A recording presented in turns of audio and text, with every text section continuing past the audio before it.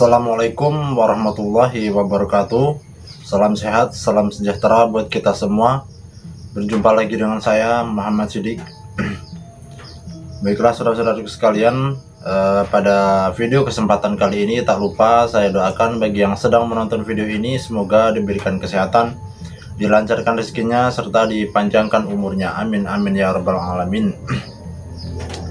Baiklah saudara-saudaraku sekalian, pada video kesempatan kali ini seperti biasa saya akan sedikit berbagi tentang sebuah khasanah keilmuan, baik itu ilmu pengetahuan, ilmu hikmah maupun spiritual education, yang tentunya insya Allah akan bermanfaat untuk kita semua serta dapat menambah wawasan kita semua.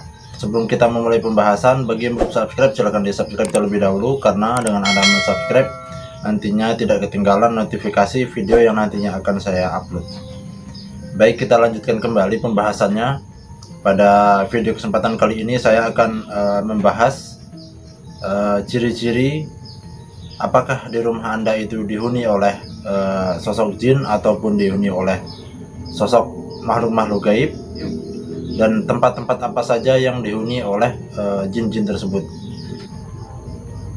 Seperti yang sudah kita ketahui bahwa di setiap rumah itu pasti akan ada penghuninya, penghuni selain kita tentunya, baik itu jin muslim maupun jin kafir. Dan jin-jin tersebut tentu saja sangat berpengaruh terhadap kehidupan kita sehari-hari ya. Apakah jin itu akan mempengaruhi kita dalam keadaan positif, apakah mempengaruhi kita dengan hal-hal negatif. Tentu saja itu dapat kita rasakan tentunya. Dan ada pun ciri-ciri rumah yang dihuni oleh sosok-sosok jin dan yang mengganggu adalah sebagai berikut ciri-cirinya. Yang pertama, kehidupan di rumah tersebut itu tidak akan tenang ya. Akan ada banyak sekali pertikaian, baik itu hal-hal kecil akan menjadi pertikaian yang besar, dan juga akan terasa panas di rumah tersebut. Dan juga orang-orang di rumah tersebut tidak akan betah berlama-lama di rumah ya, karena merasa di rumah tersebut jiwanya atau pikirannya itu tidak akan tenang. Ada salah satu hal yang sepertinya mengganggu tersebut. Dan juga di setiap malamnya itu akan banyak sekali bermimpi tentang hal-hal negatif ya, baik itu bermimpi tentang dikejar-kejar hantu, baik itu bermimpi yang tidak-tidak, seperti bermimpi dicekik dan juga yang lain-lainnya. Dan juga di rumah tersebut apabila kita dalam keadaan sendiri ataupun beramai-ramai sekalipun, itu akan seperti ada sosok yang mengintai kita atau ada yang melihat kita, seperti itu ya. Dan juga di rumah tersebut itu akan seperti terkadang ada bau-bauan yang tiba-tiba menyengat, seperti itu. Contohnya seperti bau parfum, bau hal-hal yang busuk, bau-bau bangkai ataupun bau-bau yang lain yang sifatnya menyengat, namun di sekitar itu padahal tidak ada bau-bauan tersebut. Contohnya tiba-tiba bau wangi, seperti itu ya, seperti bau parfum. Padahal salah satu anggota keluarga kita itu tidak ada yang memakai parfum, dan bahkan di rumah tersebut kita sendiri contohnya yang tinggal, ataupun keluarga kita sedang tidak ada semua dan hanya ada kita sendiri, itu tiba-tiba tercium bau wangi, bau parfum, bau bangkai ataupun bau yang lain-lainnya ya. Itu adalah salah satu eksistensi dari kehadiran makhluk-makhluk gaib tersebut.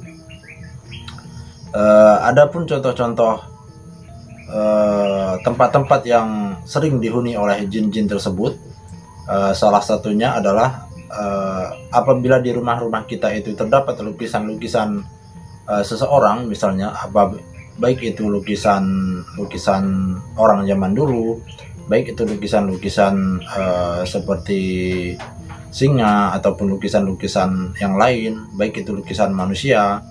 Dan juga jin-jin tersebut di rumah kita itu menghuni di salah satu boneka yang ada di rumah kita, baik itu boneka yang kita sukai, intinya seperti boneka yang sering kita pakai untuk tidur misalnya, baik itu boneka-boneka yang sudah tidak kita pakai dan kita pensiunkan atau kita taruh gudang misalnya, sudah tidak terpakai.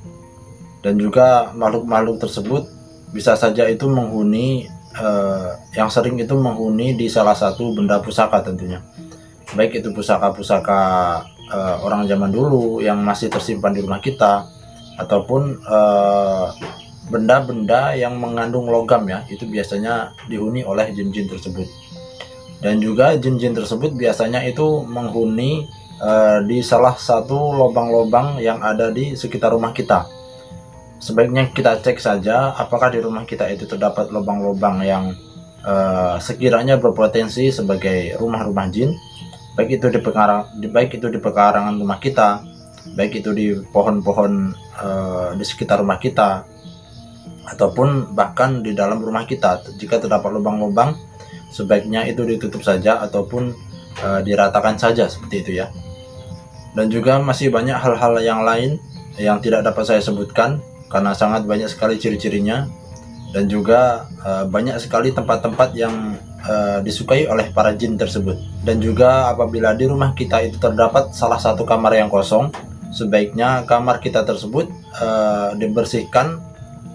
Minimal itu sehari sekali itu harus kita bersihkan dengan sapu ya. Contohnya kasurnya misalnya, itu harus kita bersihkan dengan sapu, ataupun kita cuci spraynya, ataupun kita tepuk-tepuk kasurnya itu dengan menggunakan sapu. Intinya setiap hari kamar tersebut harus kita bersihkan, karena apabila kosong satu hari saja ataupun satu hari satu malam, itu kemungkinan kamar tersebut bakal dihuni oleh salah satu jin seperti itu ya.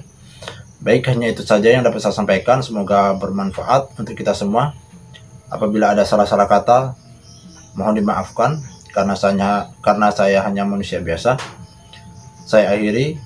Billahi taufiq wal hidayah. Wassalamualaikum warahmatullahi wabarakatuh.